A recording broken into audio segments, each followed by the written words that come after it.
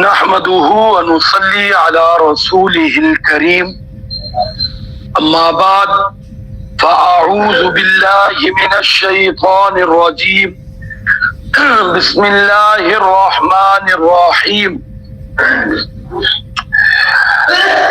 قال قائل منهم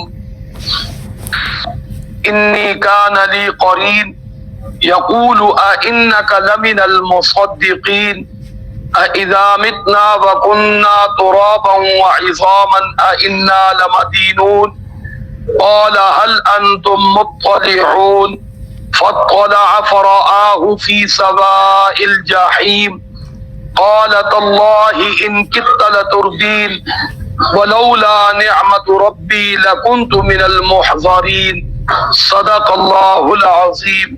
درود شریف پڑھنے اللہم صلی علی محمد وعلی آل محمد کما صلیت علی ابراہیم وعلی آل ابراہیم انکا حمید مجید.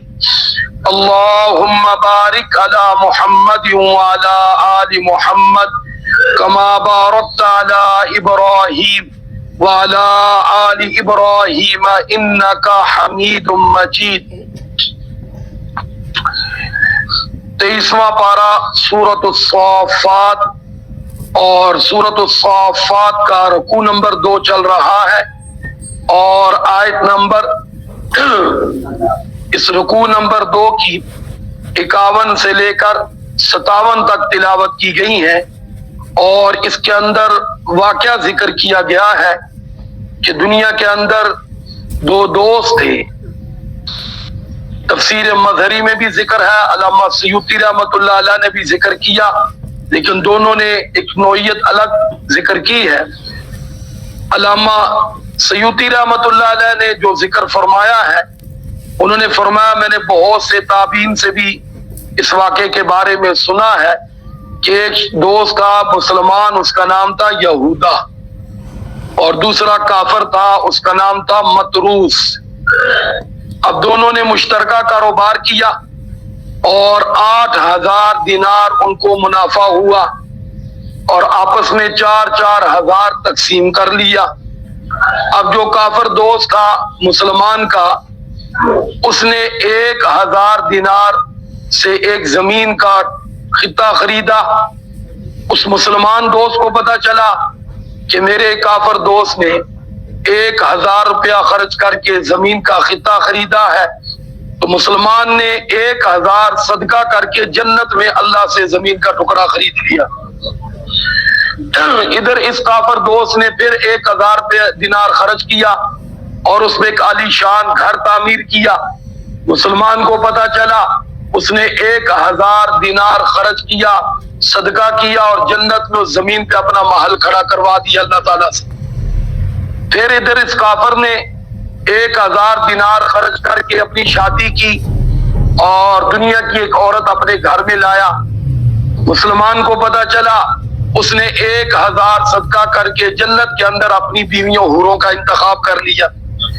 پھر اس کافر نے 1000 دینار خرچ کر کے اپنے نوکر چاکر غلام بنائے.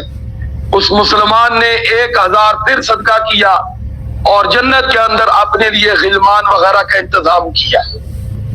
اب اللہ کی شان، مسلمان کے پاس ظاہری بات ہے پیسے ختم ہو گئے، حالات کمزور ہو گئے، مجبوری بن گئی اور اس کے پاس چلا گیا چلو دوست ہے اسے جا کر اپنے حالات رکھتا ہوں. تو جب احوال اس کے سامنے رکھے تو اس نے پہلا سوال کیا کہ وہ تیرے پاس بھی 4000 دینار تھے، وہ کدھر ہے؟ اگر تو مجبور ہو گیا ہے میرے پاس آیا ہے. تو اس نے اپنا واقعہ سنایا کہ میں نے تو اللہ کے راستے میں سارے خرچ کر دیے ہیں، مرنے کے بعد میرے کام آئیں گی. اس نے کہا اچھا، یہ مرنے کے بعد بھی دوبارہ تیرا نظریہ اور سوچ ہے کہ زندہ ہونا ہے، اللہ نے مدد کرنی ہے.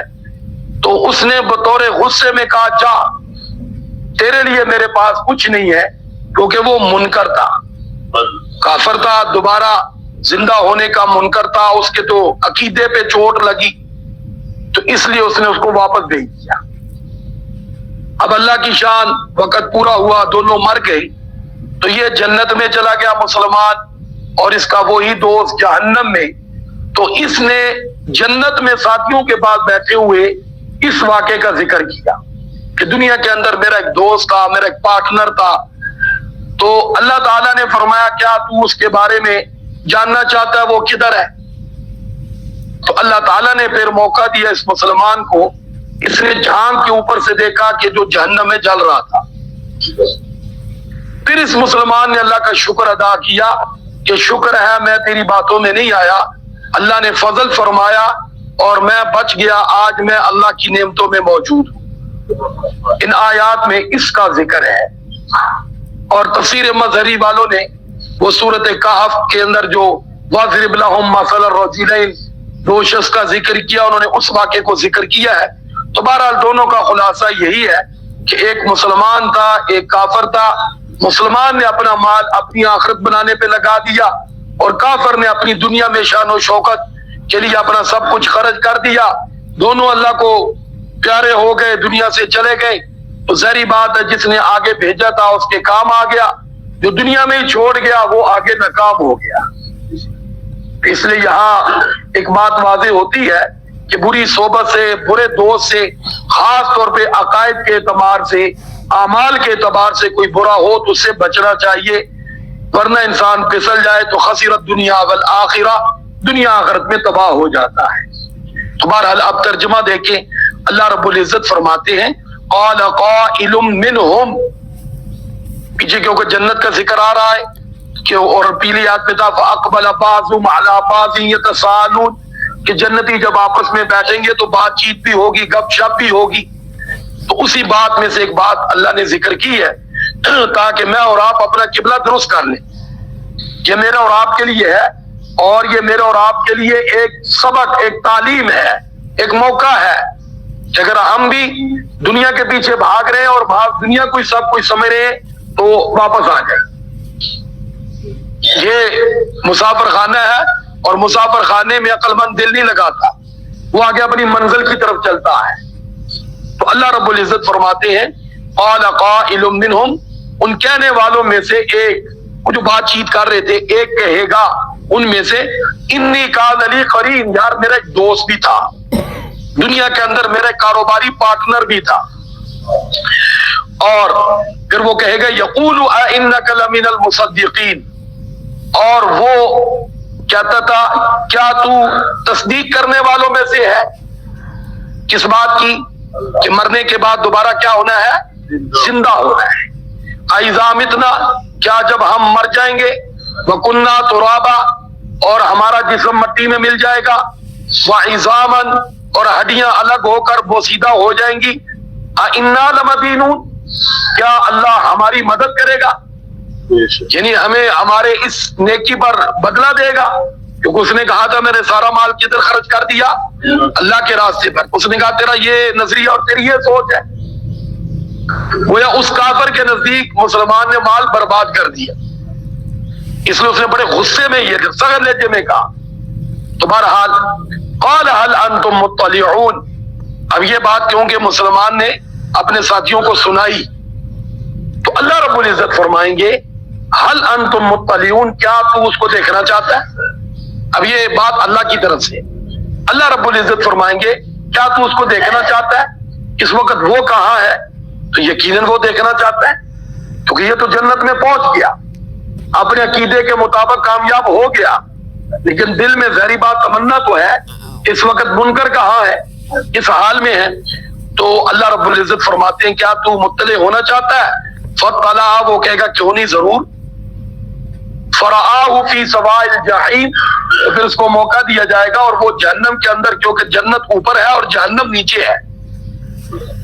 جنت ساتوں آسمانوں سے اوپر, عرش معلیٰ سے نیچے, اور جہنم سب سے نیچے, زمین سے نیچے.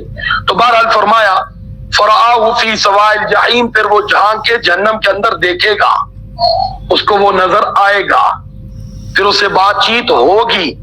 اور اس وقت جنتی کہے گا قالت اللہ, اللہ کی قسم, ان کت لتردین, قریب تھا کہ تو مجھے پسلا دیتا.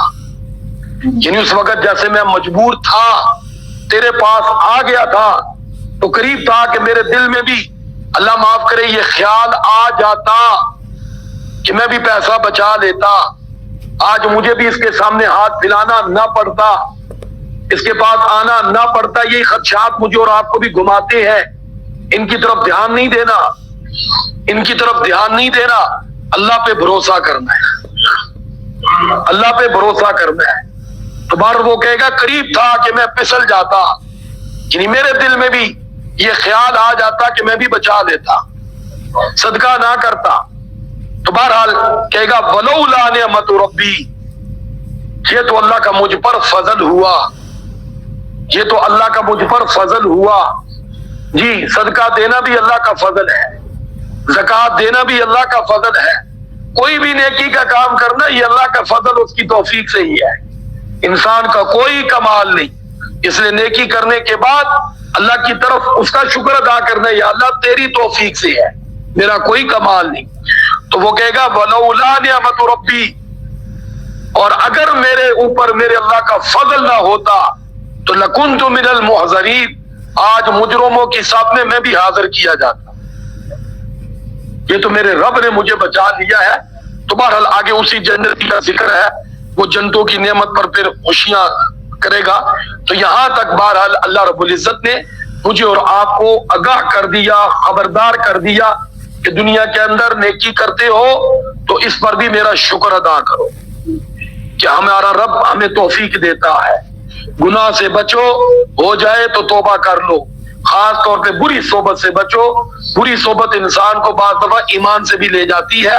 نیک صحبت اختیار کرو، نیک صحبت انسان کو ایمان میں قوت دیتی ہے، اعمال کا شوق پیدا کرتی ہے۔ اللہ مجھے بھی آپ کو بھی توفیق عطا فرمائے۔ وآخر دعوانا ان الحمد للہ رب العالمین۔ درود شریف پڑھ۔ اللہم صلی علی محمد وعلی آل محمد کما صلیت علی ابراہیم وعلی آل ابراہیم انک حمید مجید۔